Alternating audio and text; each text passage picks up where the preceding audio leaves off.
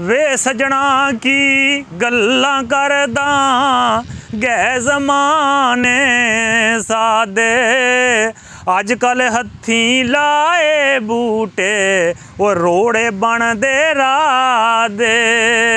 मेरे देश दे वसनीको, हज़रत मियाँ मुहम्मद साहब इस शेर च ये फरमा रहे आ कि कदी कदी अपने हत्थीं लाए हुए बूटे राह दे रोड़े बन जाते आ।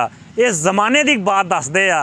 मियाँ साहब फरमाउंदे आ कि इस ज़माने च ये नहीं हो सकता कि तुसीं अगर किसी नाल नेकी करो तो तुहानूं मुतबादल नेकी ही मिले।